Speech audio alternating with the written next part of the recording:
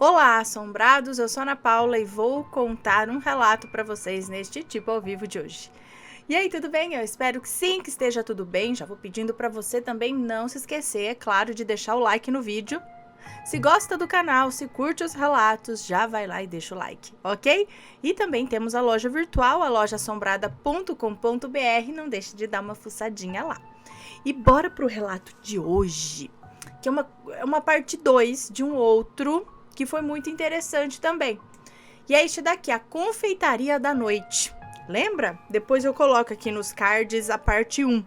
Mas vamos lá. Olá, Ana e equipe assombrada. Sou eu, o fulano do terror. E venho trazer a continuação perturbadora do relato A Confeitaria da Noite, com informações adicionais a respeito dela. Se possível, eu gostaria que colocasse no título o nome A Confeitaria da Noite 2. Eu coloquei parte 2. Entretanto, buscarei contar essa nova parte de modo que não seja necessário ter assistido a primeira parte para a compreensão dessa segunda. Ok, mas mesmo assim eu vou deixar nos cards. Mesmo assim, acredito que vocês, assombrados, poderiam ver o outro vídeo da Confeitaria da Noite, objetivando apresentar uma visão ampla do caso em questão. Reforço aqui que todos os nomes estão trocados, o ocorrido é completamente real também, e Ana pode ler tranquilamente. Antes de eu iniciar a continuação, vou relembrar alguns fatos cruciais, a fim de evitar confusão.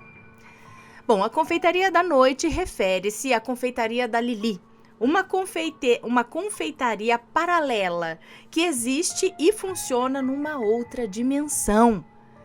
Ainda que isso ocorra em outro plano, nessa nossa dimensão aqui, há, no lugar da confeitaria da Lili, apenas uma obra em andamento e uma construção indefinida. De qualquer forma, e por algum motivo não aparente, somente algumas pessoas conseguem ver e entrar nessa confeitaria, a qual funciona no período noturno. Para além disso, a confeitaria da Lili, mesmo com sua beleza externa e interna, apresenta alguns aspectos únicos e perigosos, os quais serão citados brevemente ao longo dessa segunda parte, com a adição de outras características bizarras. E concluindo, a história da confeitaria é polêmica. Segundo um jornaleiro local, no final da década de 80, havia como dona desse estabelecimento a Lili, de cerca de 40 anos de idade, a qual foi presa pela morte de um garoto vítima de uma intoxicação alimentar oriunda da ingestão de produtos vencidos e de má qualidade, os quais a Lili produzia almejando poupar dinheiro. Lili faleceu atrás das grades ao sofrer um ataque cardíaco. Quem quiser assistir com detalhes, de modo completo, basta ver a primeira parte da história. Como eu disse, vou deixar nos cards aqui. Agora sim, vou começar a narrar a segunda parte do relato. Vamos lá. Depois de contar a primeira parte dessa história, a qual foi vivenciada pelo meu ex-namorado, Vinícius, juntamente com seus amigos, eu fiquei, digamos que ainda mais curioso ao relembrar tintim por tintim os detalhes desse acontecimento. Seja ao escrever o relato ou ao escutá-lo através de sua narração, Ana. Dessa forma, eu tive uma vontade de investigar com mais profundidade esse ocorrido. E eu, o fulano do terror, possuía a certeza de que eu averiguaria a história na totalidade. Quando fui, no domingo, dia 3 de setembro, à Bienal do Rio de Janeiro, onde presenciei vários livros e escritores. Eu consegui, inclusive, assistir a palestra do brilhante autor Rafael Montes, bem como um autógrafo e uma foto com ele. Em seguida, a palestra dele, em especial quando ele comentou acerca da importância, da literatura como instrumento de alerta sobre atividades reais, eu pensei, aquela história da Confeitaria da Noite merece uma continuação e principalmente uma pesquisa mais abrangente.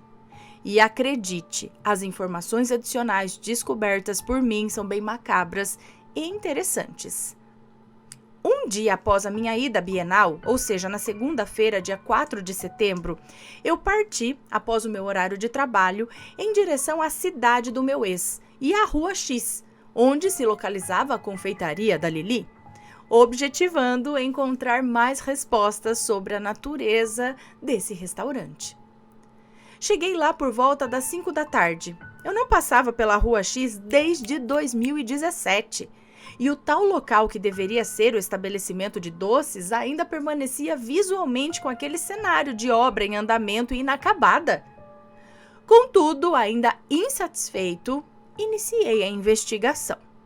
Um questionamento de modo educado às pessoas que passavam pela Rua X, perguntando se alguma delas já entrou em uma suposta confeitaria paralela e aparentemente inexistente.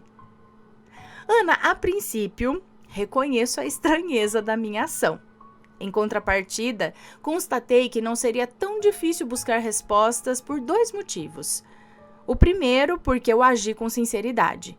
Contei tanto os detalhes descritos pelo meu ex-namorado e pelos amigos dele, quanto o meu objetivo em saber mais. O segundo, porque independentemente da falta de segurança das ruas, eu conversei em um local menos nocivo, pois apresentava bastante fluxo ali de movimentação. Ao final da procura, eu consegui encontrar 3 pessoas cujas informações fornecidas foram cruciais para eu conhecer completamente acerca dessa confeitaria.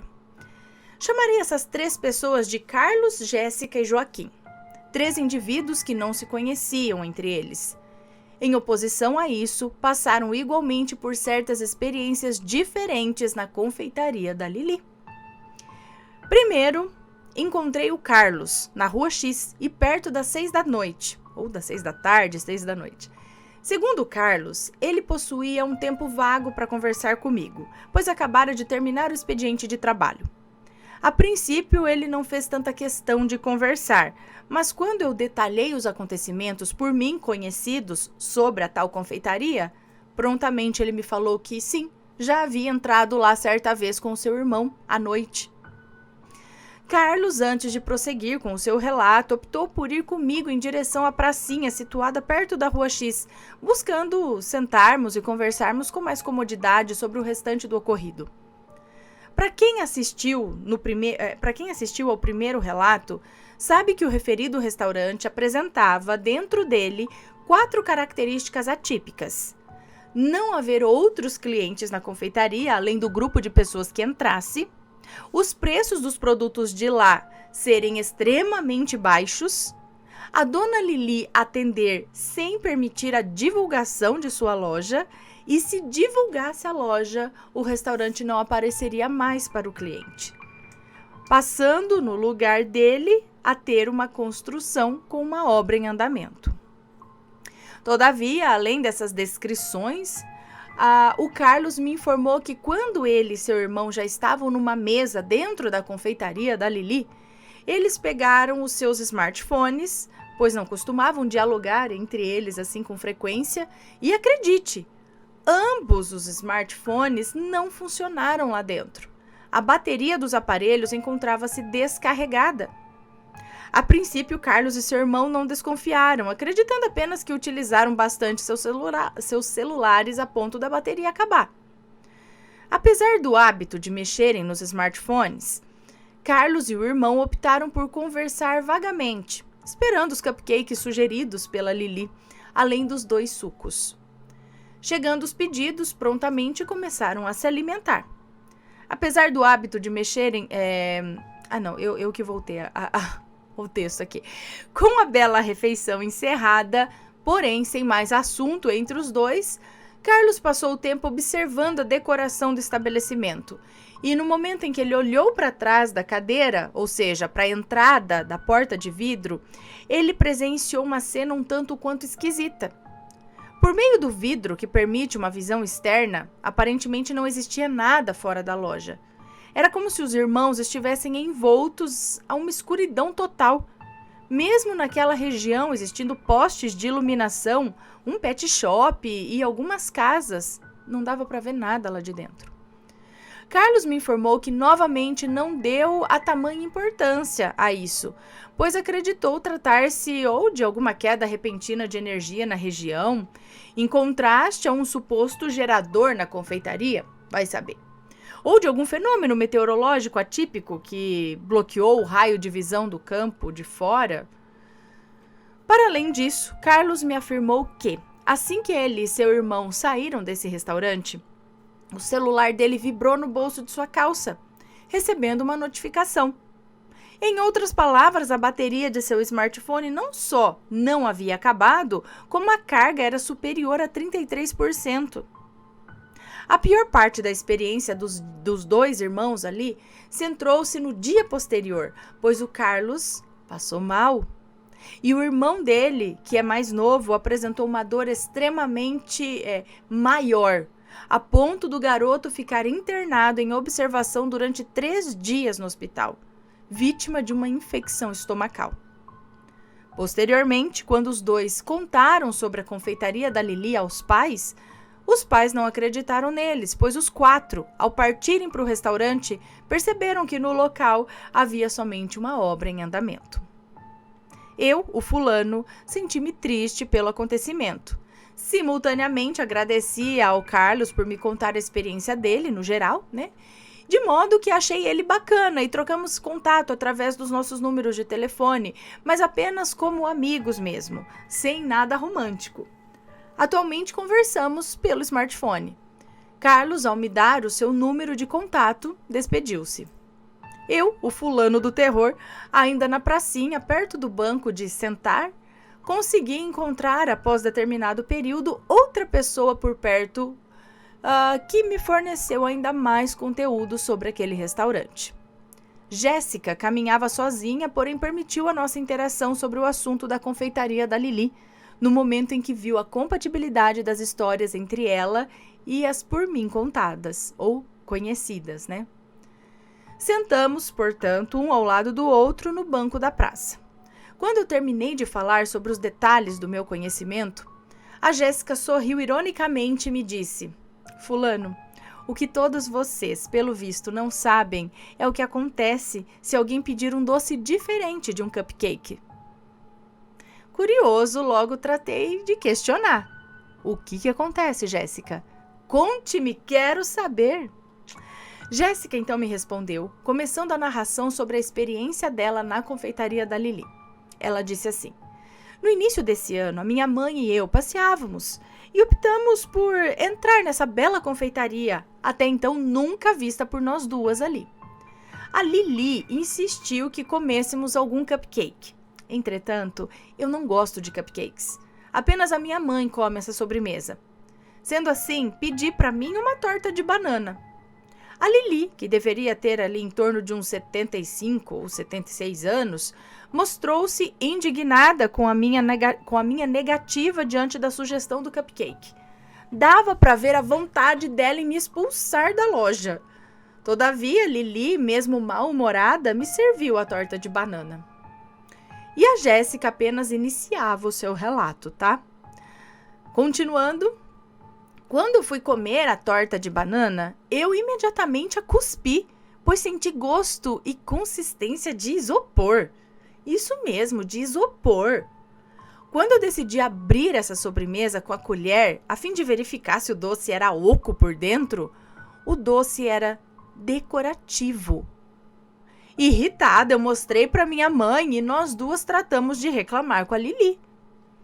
E a Jéssica continuou falando nitidamente revoltada.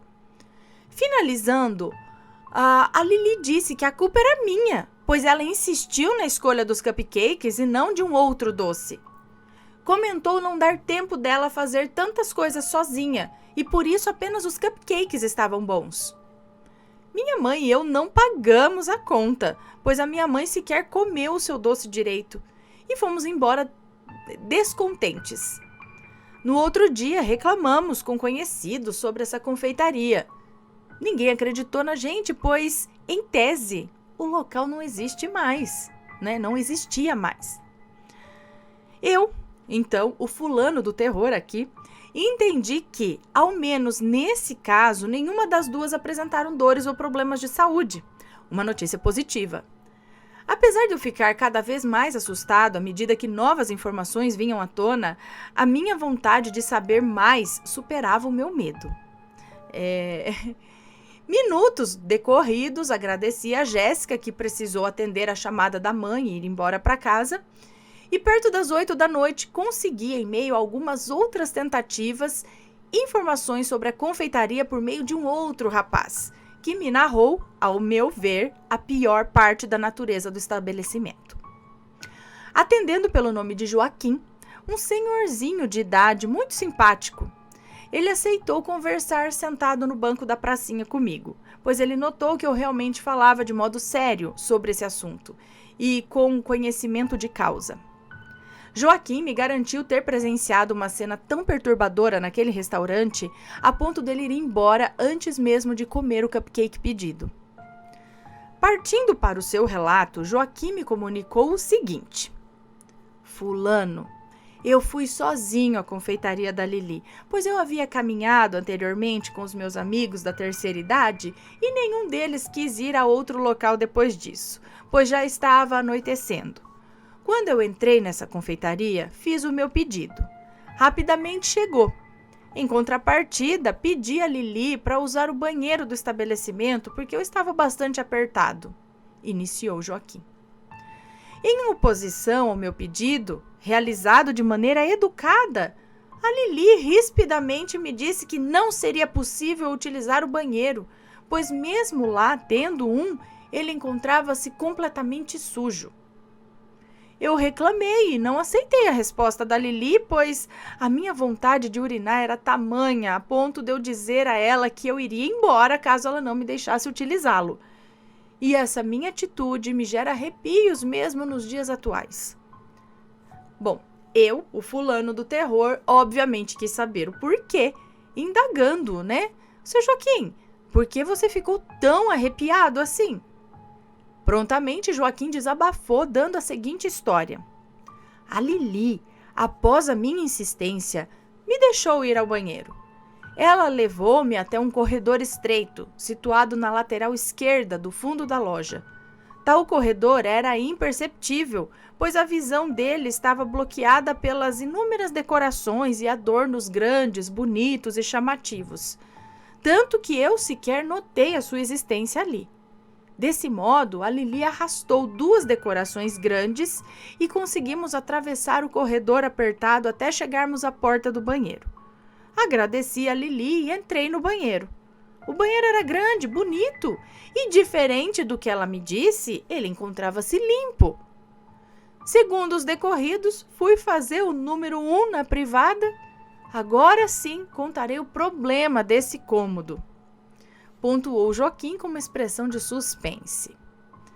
Já no banheiro, percebi que havia em frente à privada uma janela mediana na região superior da parede, em média a 1,80 m do chão.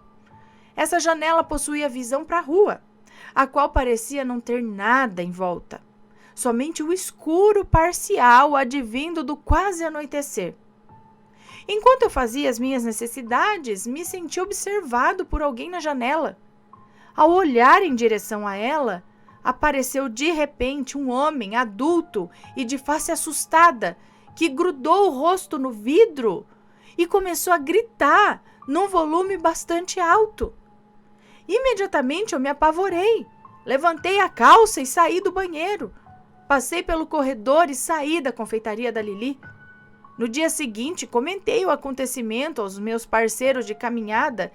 Eles quiseram passar por perto do local, mas ao chegarmos na rua X, o estabelecimento não existia mais. Ninguém acreditou em mim. Ana, eu, o fulano do terror, te garanto que eu me mantive catatônico perante a última informação escutada. Posteriormente, agradeci ao seu Joaquim pelo desabafo e lamentei o susto por ele tomado.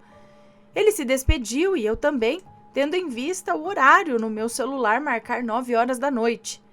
Por isso, sequer especulei alguma coisa a respeito. Corri em direção ao ponto de ônibus, peguei um outro ônibus na minha cidade, chegando na minha residência pouco antes das 10 horas da noite. Não demorou e começou a chover forte, ou seja, cheguei com a sorte de não ficar molhado. Dormi em seguida, exausto e sobrecarregado diante das informações fúnebres. No dia seguinte, 5 de setembro, eu estava de folga.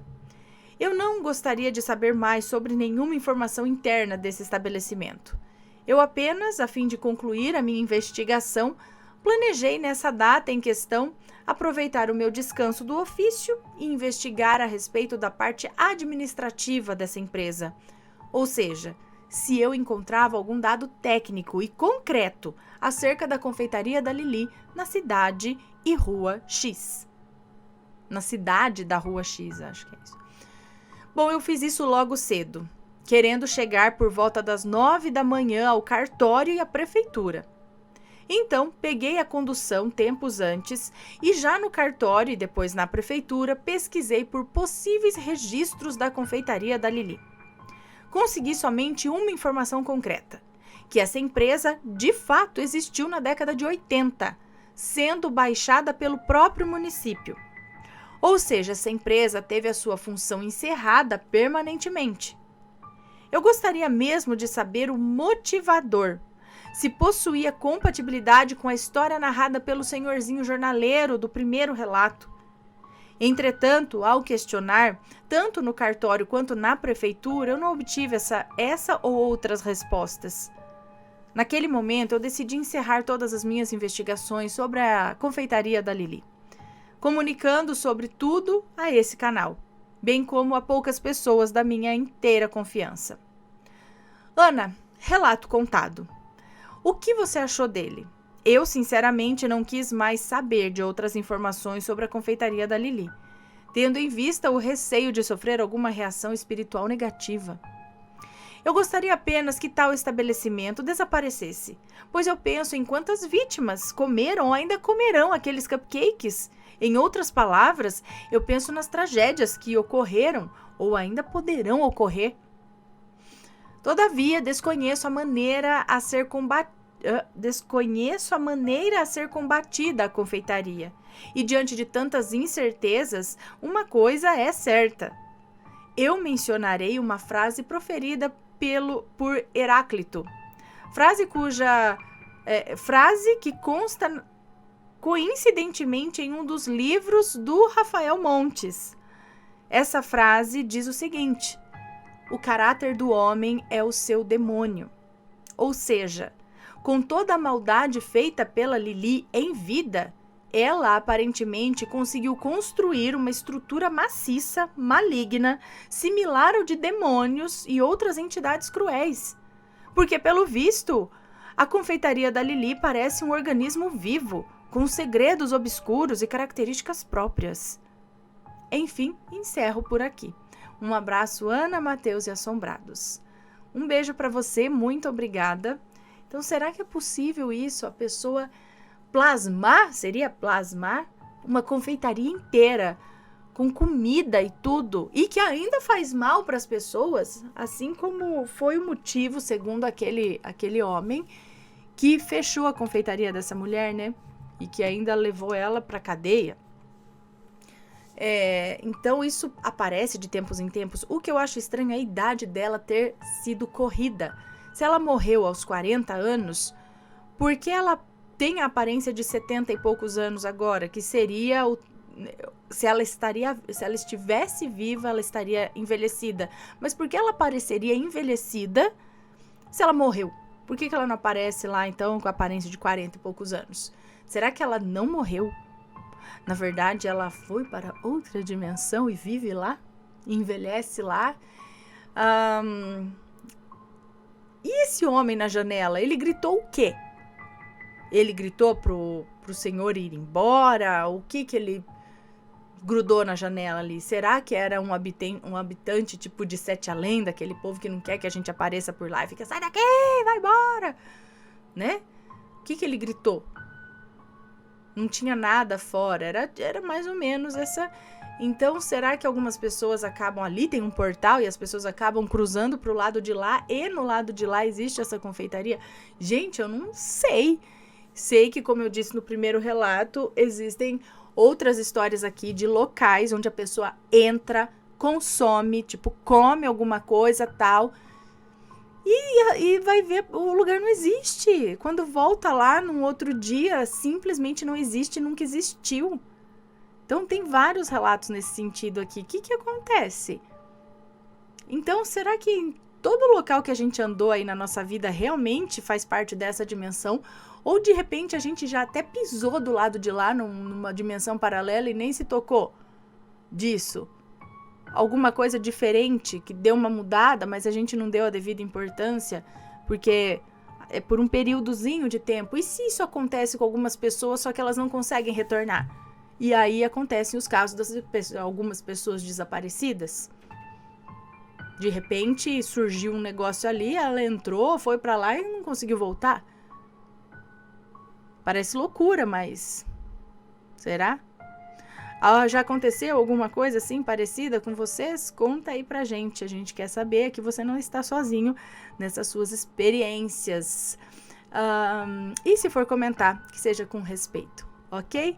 Bom, pessoal, esse foi o relato de hoje. Um grande beijo pra vocês e a gente se vê no próximo relato. Fui! Não pra outra dimensão, mas vai saber, né? Tchau, tchau!